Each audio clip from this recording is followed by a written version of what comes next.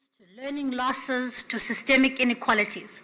But we are confronting these realities head on, working together across sectors and provinces to reform, to rebuild, and to reimagine our basic education system. Before I proceed, allow me to pause and to express our heartfelt condolences on behalf of the government to the families, the schooling communities of all those who have been affected by the tragic loss of young lives in the recent scholar transport tragedy. As a sector, we are reminded once again of the urgent need to ensure that our learners not only have access to quality education, but they are transported to and from school safely and with dignity. And we carry their memory with us as we continue our work.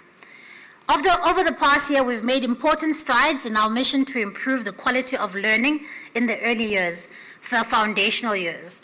These reflect a broader strategic shift to focus of the basic education system, one that is outcomes-based, learner-centered, and driven by evidence and accountability.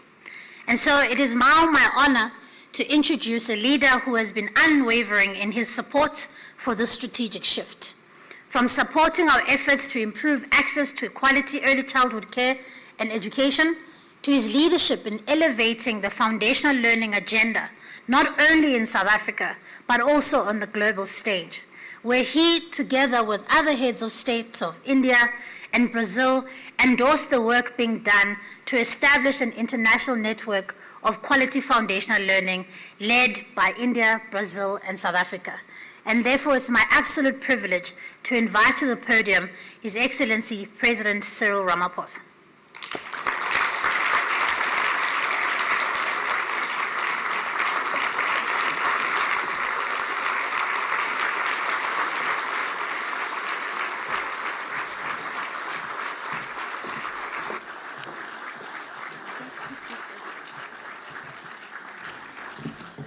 Thank you. Let's be seated, please.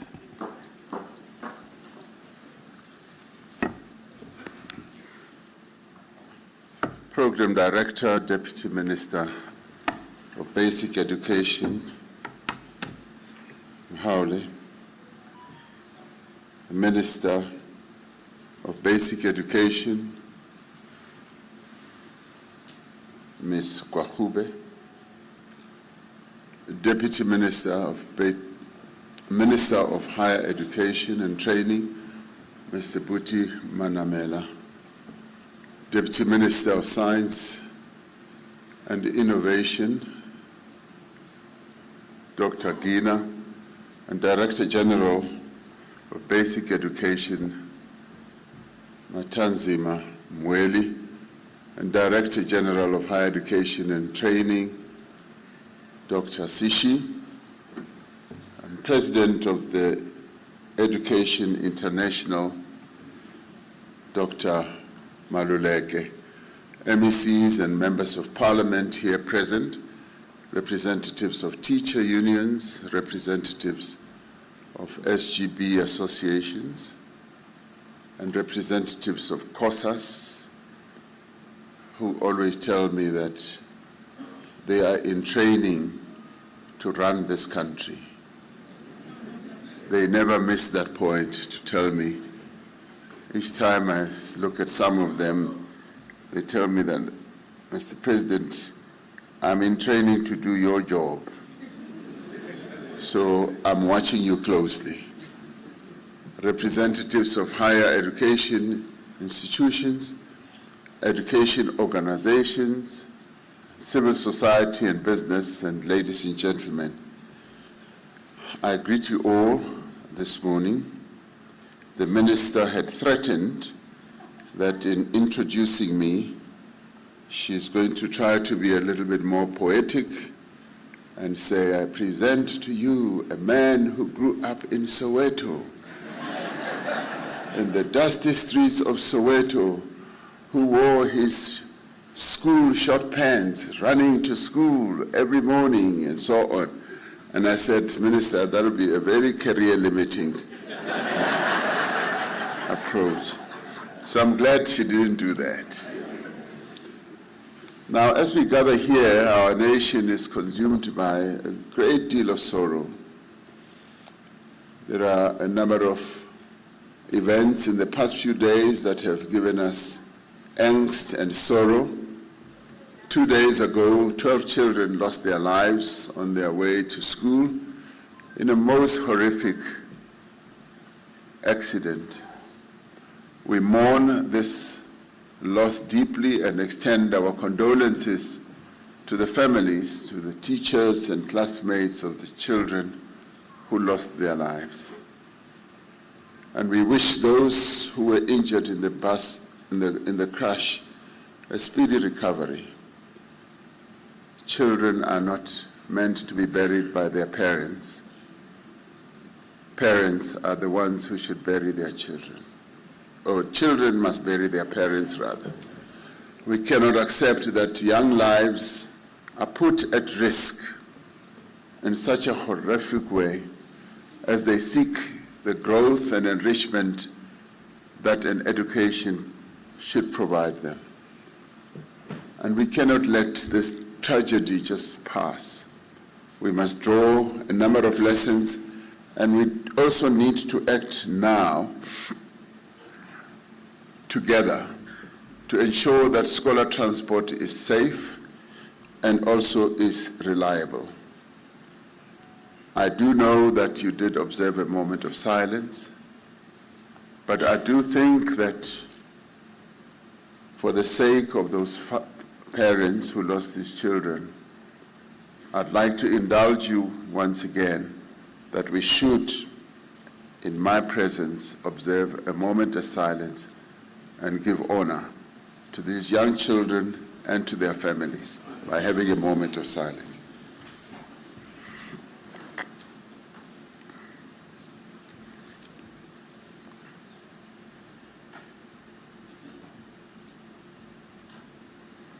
Thank you.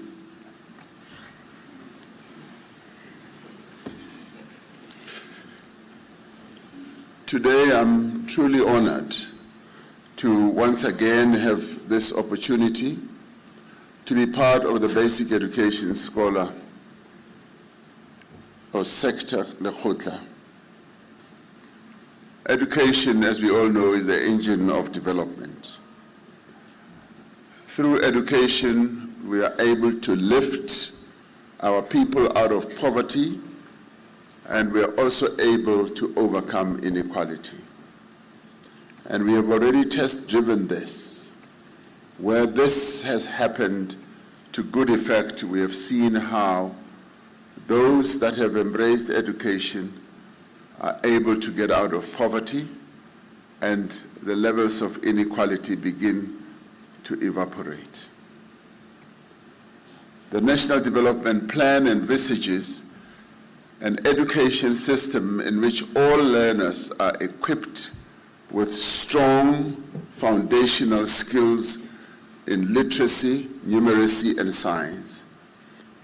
Now, this enables them to succeed in later years of schooling, but also enables them to participate meaningfully in the economy of their country and in society. As a country, our commitment to a resilient and capable education system must begin where it matters most, in the early grades where the foundations for all future learning are laid. I was reading the story of how Alexander the Great was trained to later be a ruler who ruled almost a third of the world. His early education started when he was extremely young, and he was taught by one of the great philosophers in the world, philosopher Aristotle. That equipped him with the knowledge, with the depth of understanding of many, many issues that he had to deal with as the would-be ruler of a third of the world. Strengthening early grade reading and numeracy is a national priority and moral imperative. When children do not learn to read for meaning or work confidently with numbers by the end of the foundation phase, the costs of not having done that is borne by the entire education system, but much worse, it is borne by the nation. Just being able at an early stage to get children to be able to be comfortable with numbers, to understand the application of numbers. I was at Kruger National Park day before yesterday, and I meet young people who I know have gone to schools, and I say, do you know what you manage here? Do you know how many passengers come here? Their managers, they manage the airport. They don't know. How many planes land here that you control at this airport? Do you know how many there are? They fumble. Do you know how many shops you have in this airport? They don't know. Do you know the population of your own province? Do you know it? They don't know. And lastly, do you know the population of your country? They don't know. Now, the simple message I gave to them is, you are young, you've received a rather good education that has put you where you are. Teach yourself the use of numbers. The numbers must not only be those that you learned at school, but the application thereof, so that it can broaden your understanding with everything. And in the end, I said as I left, you cannot manage what you cannot count. You cannot manage it. So manage your airport properly. And I did say, of course, and I go to many airports in the country, and I did give them an accolade that the Kruger, it's called Kruger National,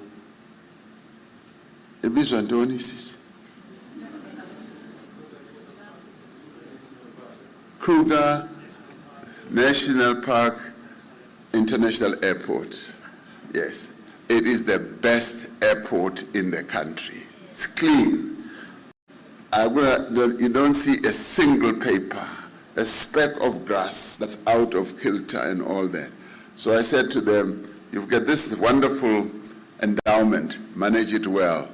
If you can, even count the blades of grass, so that when I come next time, you impress me. So that message sunk in.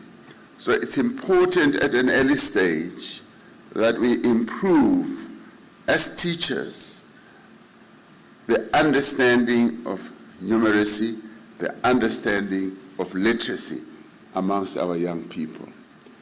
And unless we get it right at the outset, learners spend the rest of their lives, their school careers, trying to catch up.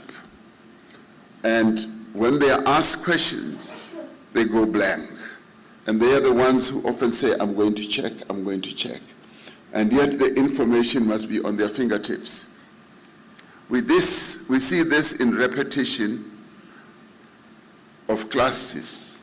We see this in dropouts, in weak progression, and the tragic loss of human potential. And our responsibility as teachers, as administrators, and as leaders is to make learning exciting for children.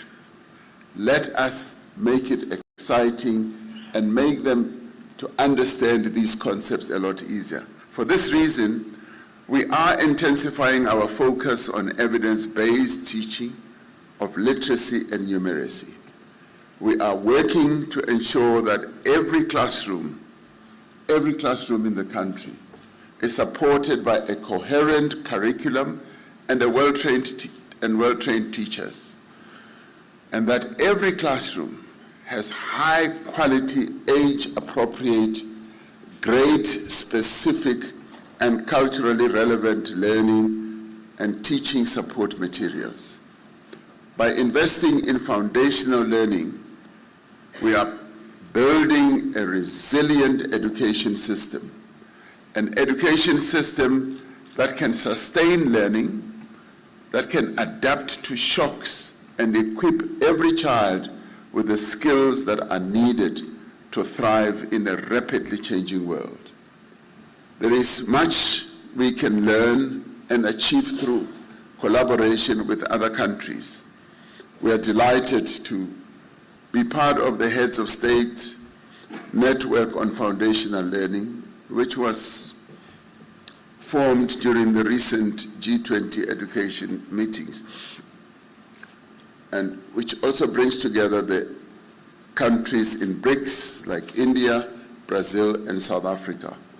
And here I must applaud Minister Rahube, who early on in taking on her job realized the importance of networking with other countries, but also got so inspired that we should amass the various other countries. So she essentially led the charge and came to my office and said, Mr. President, will you, as head of state, lead other heads of state so that this becomes a broader process in the G20. But she also went forward for BRICS as well. So I give her a lot of support each time I see her. I give her a hug. Every morning I see her because she did exactly a good job with that. You can give her an applause. We also stand to benefit immensely from the lessons of our BRICS partners, enabling us to confront shared challenges and advance our common mission to strengthen foundational learning. The National Senior Certificate results of 2025 in many ways reinforce our view that without strong foundations in the early years, inequality re-emerges later in the schooling system. Over the past 30 years, the Department of Basic Education has achieved a remarkable turnaround. 3 decades ago, only around half of learners obtained a matric certificate. Last year, 88% of learners obtained the National Senior Certificate. Even more, now, as she was presenting the results to me, I asked, I said, is this the first time it has happened in the history of South Africa? She said, yes. And I said, is it the very first time since the existence of this country? She said, yes. So, and I said, do you know how long this country has existed? Do you know how long? And yeah, she did her numeracy at school and all that, but this one she didn't get. I said, South Africa has existed for billions of years. Are you aware that for the first time in billions of years, we have achieved this? Then it dawned on her that this is the first time. Now, I may be making it flippant, but the reality is 30 years since the dawn of our democracy, we are touching what I often say is the Holy Grail. But later about that. Even more encouraging is that over the past decade, the education sector has doubled the number of learners qualifying for admission to bachelor studies. Perhaps the most profound achievement of the class of 2025 is what I always describe as the silent revolution. Over 66% of learners who qualified for admission to bachelor studies came from no-fee schools, poor backgrounds. Now, when I first mentioned it, and I said this is the silent revolution, I often get laughed out of court. But I want to say this is precisely how we undo the legacy of apartheid. Because apartheid was about two things: the dispossession of the assets of the people of South Africa, and ensuring that they do not get a decent education as to aspire to want to live a better life. Those two were the original sins that were committed against the majority of the people of South Africa. So when I see this happening with children from impoverished families, impoverished communities, deep in the rural areas, I then say, we are now touching the Holy Grail. This is the silent revolution that our forebears wanted us to achieve. We are making advances, great advances in our struggle against poverty. It means that over 200,000 learners from the poorest households now have access to higher education and the possibilities it presents for them. Over 500,000 learners who are social grant recipients attained the National Senior Certificate. Now, of these, 250,000 qualified for admission to bachelor studies. We are encouraged by the fact that 90% of learners with special education needs pass matric and 52% achieve the bachelor passes, both higher than the national average. This is where you applaud. Could I get water?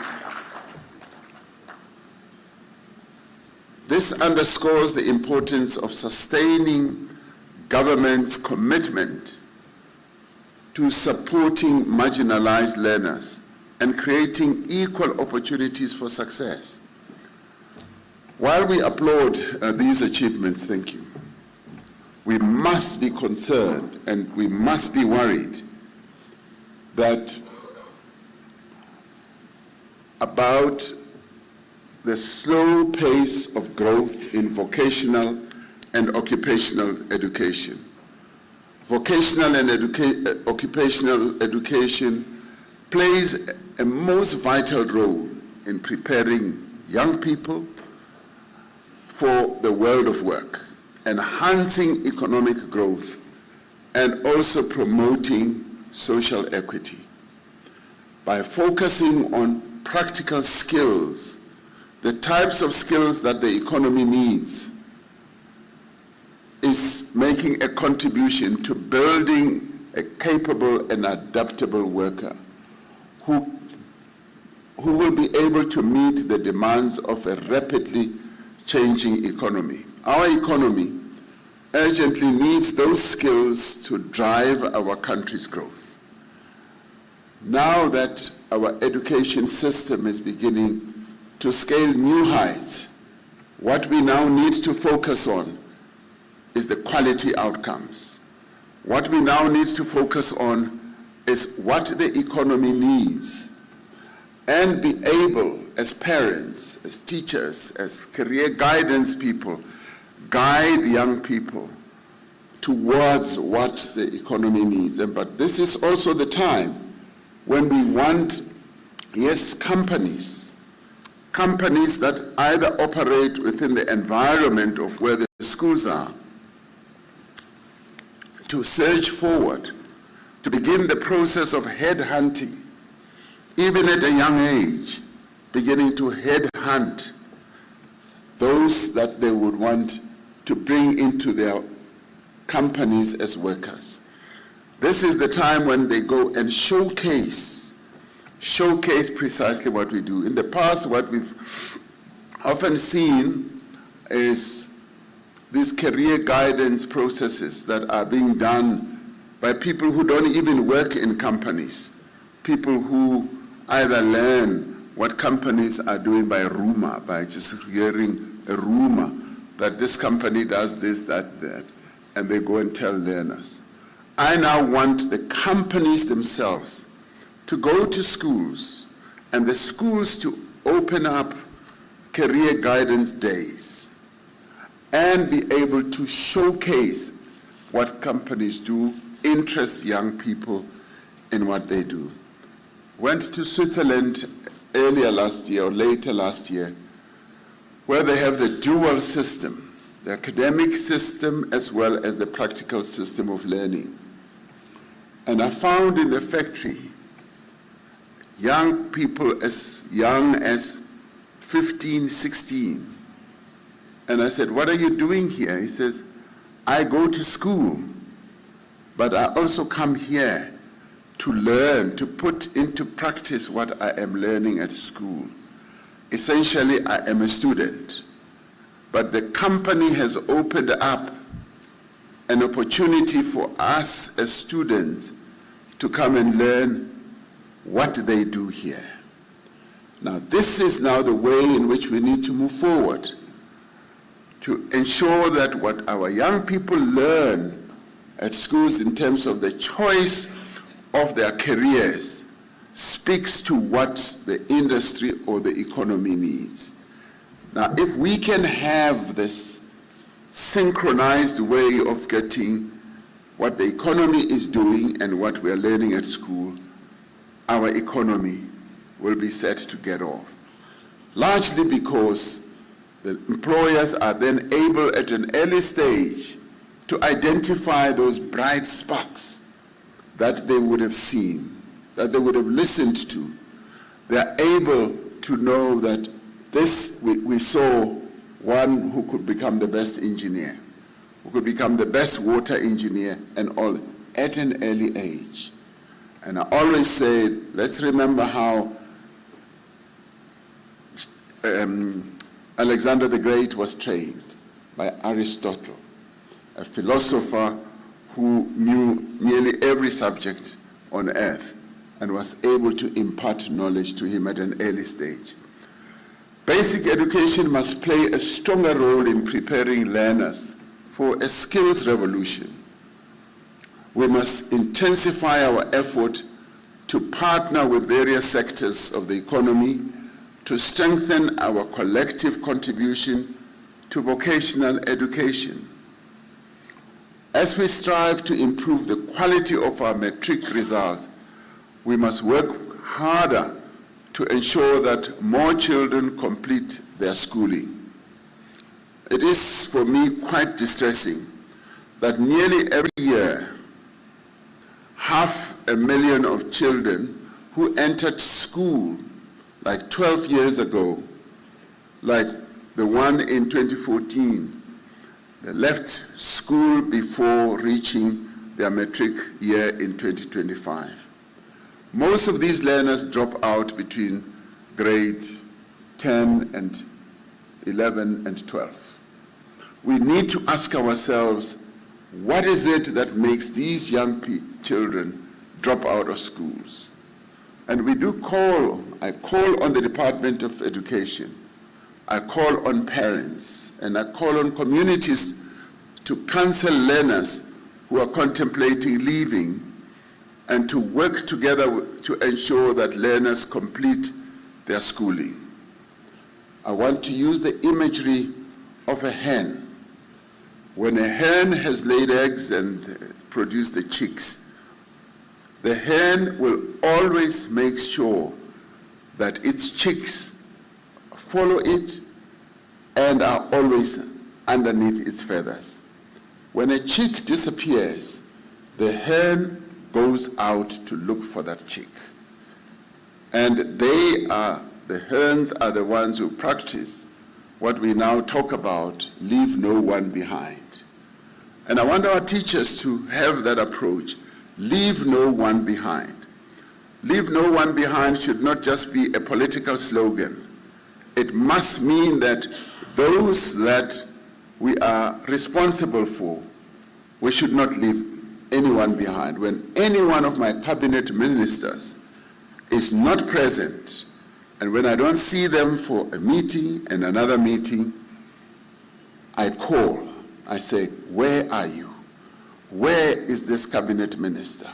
Because no one must be left behind. So each one of us has a responsibility to make sure that those that we have been given charge for, we look after. Think about the hen. Yes, even think about the lioness.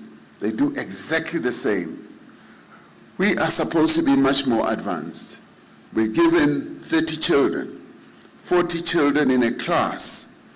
We must make sure that we have the hen and chick effect. They must be with us. And I stress this because it is concerning. We have, Minister Kwahube tells me, we have about 1 million or 1.2 million young children who register. And 12 years later, almost 500,000 of them are not there. Where are they? And if they don't come to school for a day, 2 or so, the teacher is supposed to go home and say to the parents, where is this child? And I say the same thing to parents and say, make sure that the children go to school. And if not, talk to the teachers. Our children experience enormous problems. Some of them have to do with money. Some of them have to do with the environment at home. Some of them have to do with mental health. And some of them have to do with bullying at school. And they go into their own cocoons and they don't come out and talk openly. We need to assist our young children. We need to pay attention to the reasons learners drop out, from financial pressure to poor academic performance, because some of them may be performing poorly and think that this is the end of the world. We need to ensure that sometimes it's domestic responsibilities that they have to perform.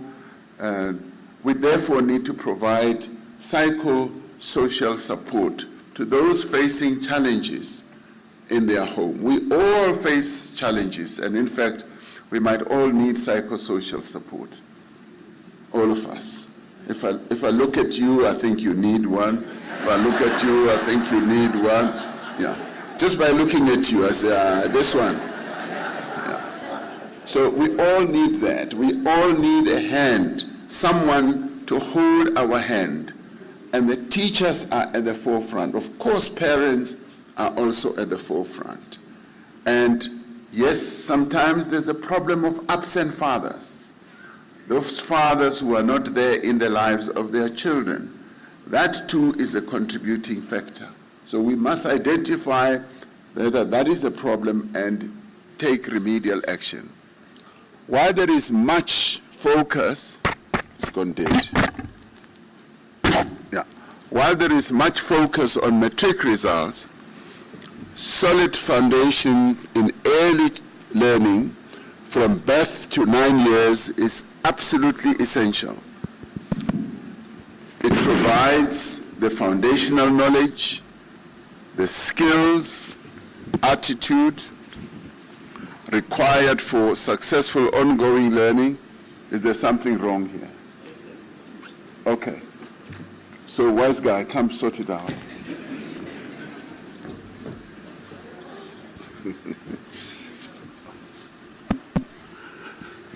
So early child.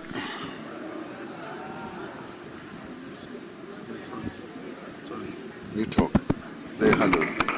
Say hello. Say hello.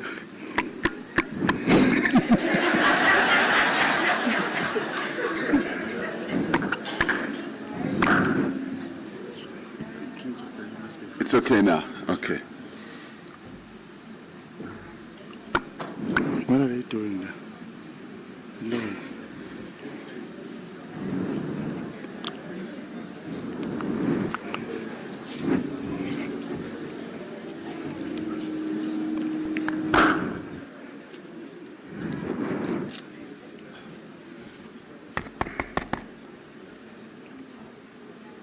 We okay now? Yeah? So early childhood or early learning must be firmly anchored at the core of our education system. If we have to criticize ourselves as a nation, It is this that we delayed, inordinately delayed, to start vigorously with early childhood learning.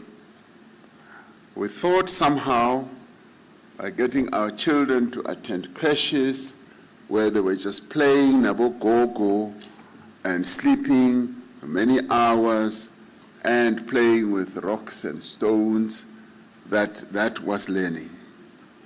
Now that, as we all know, did our country and our young people a bad service. We, however, realized it many years later, which I regret. It was in the 5th administration that we started having that discussion, and in the 6th administration we buttoned it down, that we should be much more focused with early learning because it lays the groundwork for cognitive, social, and emotional development of young people. Children who receive early education are better prepared for future learning experiences. That has been proven many a times. It was when I met some teachers in Canada, and they told me that we start at 2 years old. We put them into the school system, and they start coding at 2 years old. And I just withdrew into my cocoon because I realized that our children at that time were also only playing in creches. Establishing early learning is a core component of the education system. And this is essential for nurturing well-rounded, capable young people who can thrive academically, socially, and economically. By investing in early childhood education, our country can foster greater communities, support equitable access to education, and promote lifelong success for all children. Those children would most probably not be susceptible to dropping out at school at a later stage. We must prioritize real-time programs on reading and literacy so that we do not wait 5 years to understand whether we are making progress or not. This demands a bold shift in approach to rethink and reimagine early learning, to embed it within the basic education system, and to ensure that early childhood development is treated as a core pillar of our educational success. And if we invest early, we invest wisely. And so today I call on all partners, government, civil society, the private sector, communities, parents, to join hands in this mission. Let us make foundational learning the heartbeat of our education system, and I'm glad that your theme is about foundational learning. Together we can ensure that every child in South Africa is ready for the future. Quality education is impossible without safe and healthy learning environments. Schools must be free of violence. They must be nurturing and supportive environments. We must invest in safety, in health, in nutrition, and psychosocial support at their schools. We must build on the success of the National School Nutrition Program. Today, it nourishes the minds and the bodies of close on to 10 million learners across our country. I often tell people that sometimes we never really realize what a system we have in our government. We often focus on the failures, some of the things that go wrong, but without looking just beneath the veneer to see how the system works, how on every school day, we're able, across the 25,000 schools, wall to wall, from the east of the country to the west, north, and south, to feed 10 million mouths. quite often now twice a day. That is a phenomenal achievement. I promise you, not many countries can boast to have that.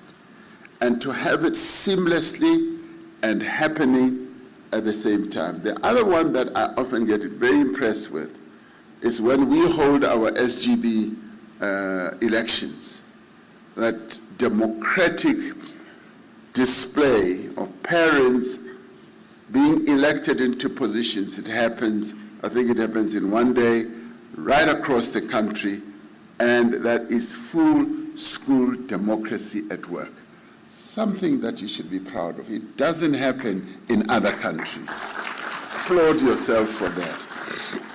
And I saw how your system that has 13 million children, this is your cohort, how your system is able, through its 25,000 outlets, was able to bring in the assistant teachers during COVID to help the teachers. And the way I realized its effectiveness was when I went to schools. As I went from school to school, the parents and the principals and the teachers would say, Mr. President, we thank you for sending these teacher assistants because they have been playing a phenomenally important role. So I say, oh, have they started making you lazy now? They say, no, they're making us work more effectively.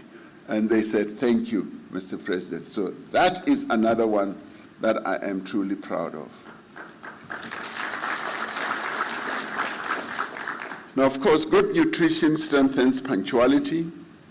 It strengthens attendance, concentration, resilience, and overall well-being. We must work to ensure that no child's learning is compromised by preventable illnesses, by hunger, or by neglect of their well-being. But we must go beyond. We must make sure that no child's learning is prevented even by problems that the child might be having at home. We must intervene. Our prized possession is the child. And if there are challenges that are going through at home, we must be the ones. We must be the ones who make an intervention because we want to protect this child.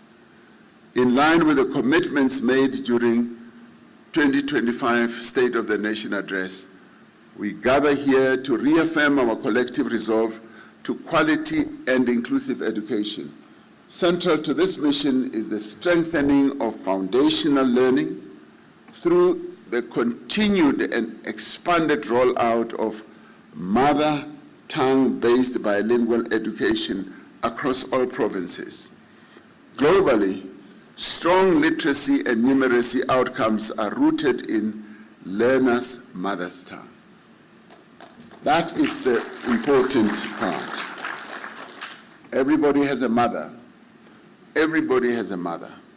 And it is the mother's tongue that must be inculcated in the child's learning process.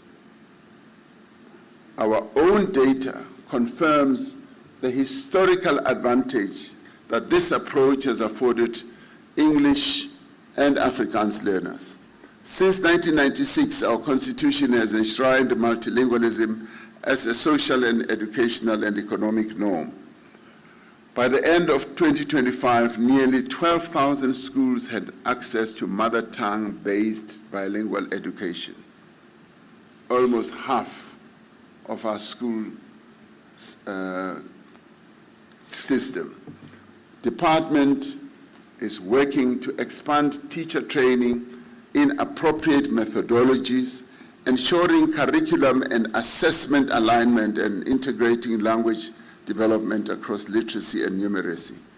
So mother tongue-based bilingual education faces many challenges, from resource constraints to negative attitudes to African languages.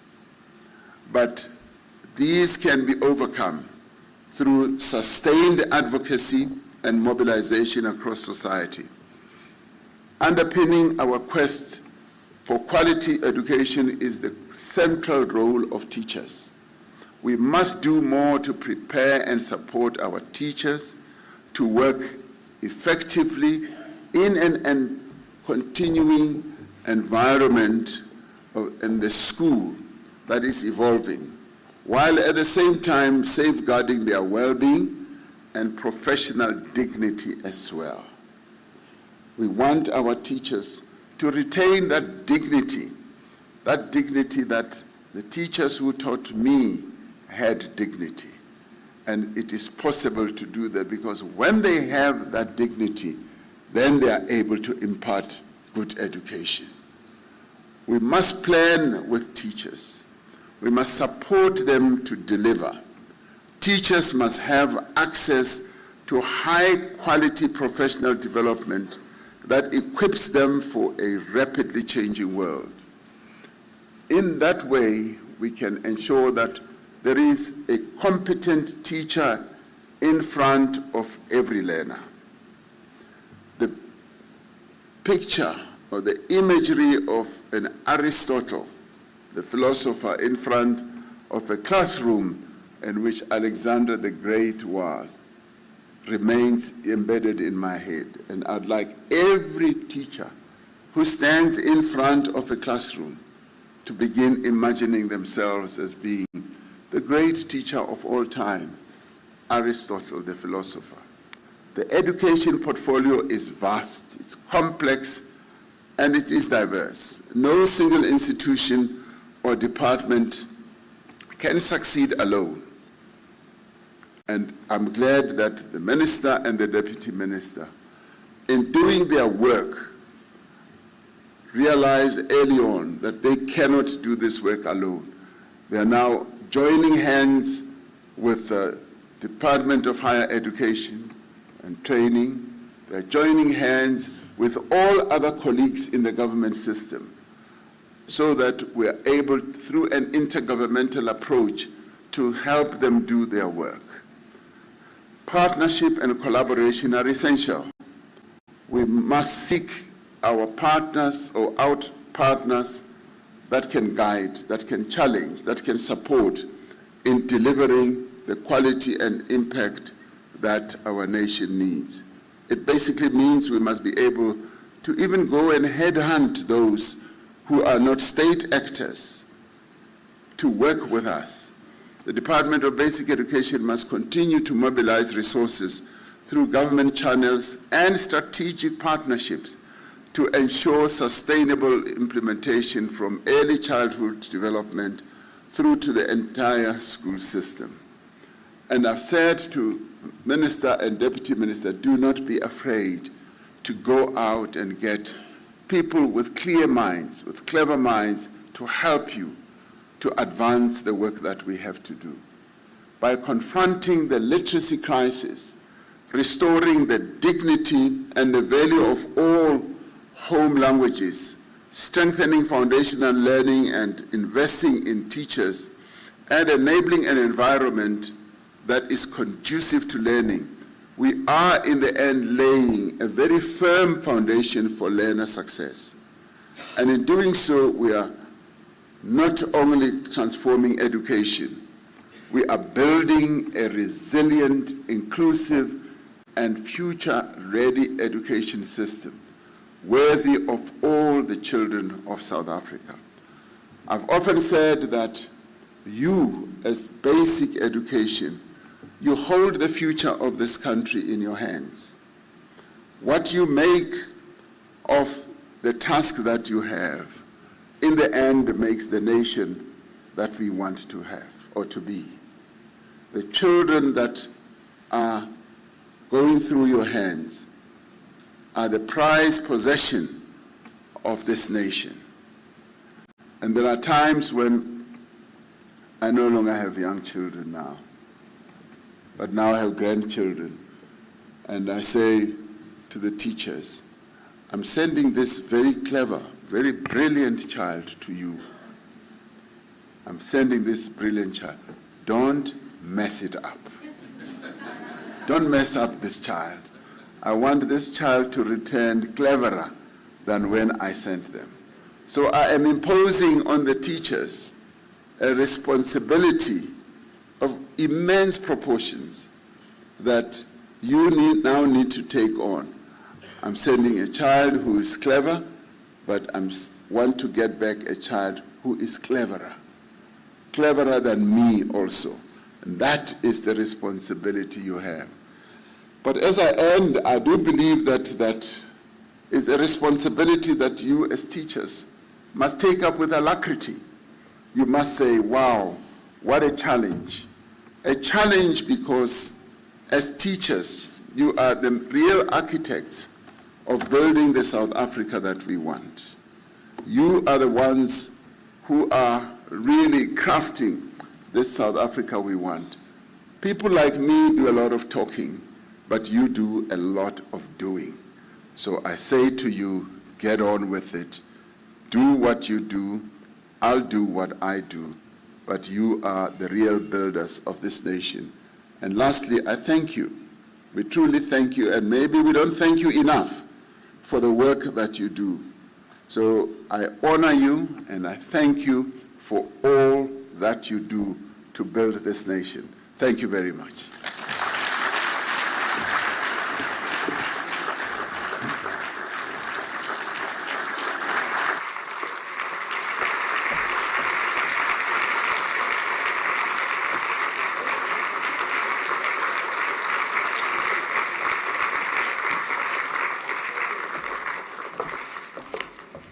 Can we do it again for our president?